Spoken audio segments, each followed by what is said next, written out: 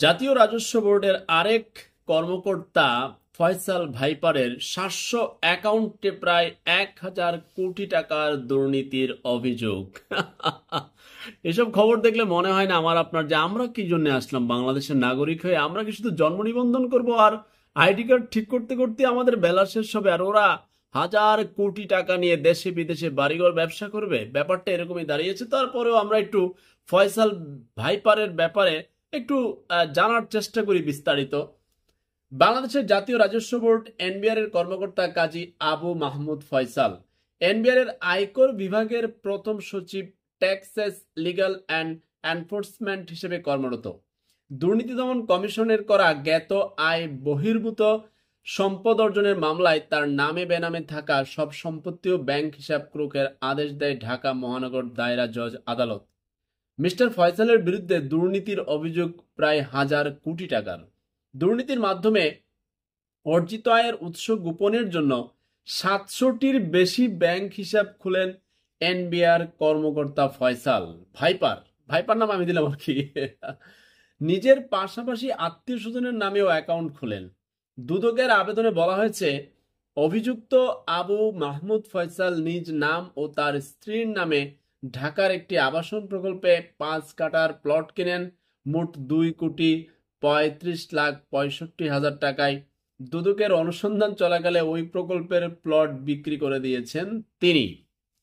তার সকল সম্পত্তি, ব্যাংক হিসাব আদালত কর্তৃক ক্রুকের নির্দেশ পর্যন্ত দিয়েছেন। এখন এত সব ভাইপারের যে ভাম্পার ফলন এবং তার বহিঃপ্রকাশ ঘটছে, এখন আপনি খেয়াল করে দেখবেন টোটাল বাংলাদেশে এখন গণমাধ্যম, সোশ্যাল মিডিয়া, আমাদের মতো ক্ষুদ্র নাগরিক একবারে ঝাঁপিয়ে পড়েছে রাসেল ভাইপার সহ এই ঘুষখোর ভাইপারদের ধরার জন্য। আমি এখনো বলছি, অতীতে বলছি, ভবিষ্যতে বলবো, বাংলাদেশ গরিব না। এদেশকে গরিব করে রাখছে শিক্ষিত কলমচোরেরা। ক্লিয়ার? বাংলাদেশের মাটির নিচে সম্পদে ভরপুর, বাংলাদেশের মাটির উপরে মানুষ সম্পদে ভরপুর, বাংলাদেশের ব্রেইন দারুণ, কিন্তু নেগেটিভ সেন্সে কাজ করতে করতে এটা নষ্ট করে ফেলাইছে। এখন বাংলাদেশ হঠাৎ এত দুর্নীতিগ্রস্ত কেন হয়ে গেল? হঠাৎ না, এটা স্বাধীনতার পর থেকে চলছে, এখনো আছে, হয়তো ভবিষ্যতেও থাকবে।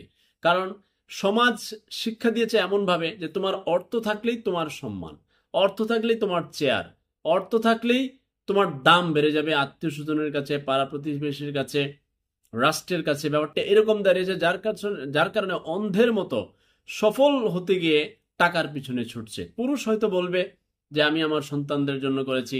তো যে মতিউর ভাইপারের মেয়ে এখন কানাডা থেকে বলছে, বাবারে ছাড়ুম না আমি। পাপী, পাপ করো, মনে রাখো তোমার পাপের প্রায়শ্চিত্ত যখন শুরু করবা দুনিয়াতে, তোমার সম্পর্কের সকল বাঁধন ছিঁড়ে যাবে, তোমার পাপের দায়িত্ব কেউ নিবে না। তাই আবার অনুরোধ রাখছি দেশের একজন ক্ষুদ্র নাগরিক হিসেবে, যে যার দায়িত্ব সঠিকভাবে পালন করেন, জনগণকে ভোগান্তি দিয়া অতিরিক্ত টাকা তাদের পকেট থেকে আদায় করে নিয়েন না, নিয়ে সাম্রাজ্য গড়ে তুলিয়েন না। সেই সাম্রাজ্য ধস নামবে, সেটা হতে পারে ছাগল দিয়া, সেটা হতে পারে গরু দিয়া। ধস আপনার নামবেই, কারণ মিথ্যা প্রতিষ্ঠিত হয় না, মিথ্যা ধ্বংস হবে, সত্য প্রতিষ্ঠিত হবে। তো এরকম মতিউর ভাইপারদের নিয়ে আপনি সচেতন হন। Benazir viper, Motiur viper, Faisal viper, কত সব ভাইপারের খেলা। আপনি কয়টার কথা, মানে কোন দিকে যাবেন? মানে আমরা এমন হয়ে দাঁড়িয়েছে যে সবাই যেন মানে সুযোগের অপেক্ষায়, মতিউর হওয়ার জন্য, ফয়সাল হওয়ার জন্য, বেনজির হওয়ার জন্য, মানে আমরা সুযোগের অপেক্ষায়। ব্যাপারটা এরকম দাঁড়িয়েছে। নাহলে সোনার বাংলা কিন্তু গরিব না। এখানে শুধু প্রপার ম্যানেজমেন্ট যদি করা যেত সঠিকভাবে, একটা মানুষও কষ্ট করতো না।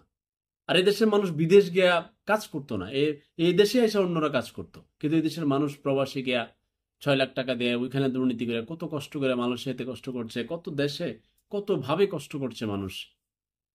কেন? কেন? শুধুমাত্র শিক্ষিত কলমচোরদের চুরি থামে না। তো ফয়সাল ভাইপার শিক্ষা পেয়েছে, মোটামুটি যা কামাইছে সব চলে যাবে, চাকরি বাকরি চলে যাবে। ওই দেখছেন না, এক নায়িকার লগে আরেক বেড়া, আইনের বেড়া ফিটিস ফিটিস করছেন, বেটা চাকরি বাকরি সব গেছে, খুব মেধাবী ছিল, হ্যাঁ, তার সম্মান চাকরি সব যাইতেছে। তো লটর পটর করলে শেষ, পুরুষ মানুষ 2 বার ফেসে যাবে। আবারও পুরুষ হয়ে বলছি, পরনারী, অবৈধ টাকা, দুইটা যদি টানেন আই লাভ ইউ করেন তাহলে আপনাকে আই হেট ইউ করে দিবে। আল্লাহ হাফেজ।